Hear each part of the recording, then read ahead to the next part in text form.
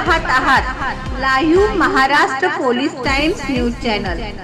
आपण पाहत आहात live Maharashtra police times news channel. Live Maharashtra times news चॅनलला लाईक करा, शेअर करा व सबस्क्राईब करा। मिरजेतील सराईत गुंड एजाज शेख टोळीच्या मुसक्या आवळण्यात महात्मा गांधी चौक पोलिसांना यश आले। टोळीतील 5 जणांना अटक करण्यात आली। टोळीकडून आलिशान कार आणि हत्यार जप्त करण्यात आले। अटक करण्यात आलेल्यांमध्ये टोळी प्रमुख एजाज अल्फाज शेख, बदरुद्दीन निसार दर्यावर्दी, समीर झाकीर शेख तिघेही राहणार अहमदनगर मिरज, सौरभ सुनील कोळेकर आणि शंकर गोरखनाथ फुले दोघेही राहणार म्हैसाळ रस्ता मिरज यांचा समावेश आहे। सराईत गुंड एजाज शेख याच्यावर खुनाचा प्रयत्न, मारामारी आदी गंभीर स्वरूपाचे गुन्हे दाखल होते। त्यामुळे त्याला सांगली आणि कोल्हापूर या 2 जिल्ह्यातून 2 वर्षांसाठी हद्दपार केले।